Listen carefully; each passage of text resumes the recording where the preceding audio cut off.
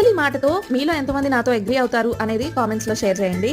Card sets trend అయిన కొత్తలో ఇదేంటి ఆఖరికి నైట్ డ్రెస్ ను కూడా ట్రెండింగ్ చేసేసారా అనిపించింది నాకు. అసలు ఇలా నాకే అనిపించిందా లేదంటే మీలో ఎవరికైనా అనిపించిందా?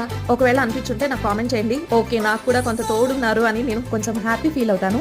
కానీ అనుకోకుండా ఈ రోజు షాపింగ్ వెళ్ళేటప్పుడు నాకు ఈ కార్డ్ సెట్ అయితే భలే నచ్చింది అనమాట. సో ఒకసారి ట్రై చేద్దాము ఎలా ఉంటుందో అనిపించింది. అసలు నచ్చని ప్యాటర్న్, ఎప్పటికీ ట్రై చేయకూడదు అనుకున్న ట్రెండ్ ని చివరికి నేనే ట్రై చేసి కూడా ట్రెండ్ చేసేసారా అని ఫీల్ అయిన నేనే ఈ రోజు ఈ ట్రెండ్ ని ట్రై చేస్తున్నాను అనమాట.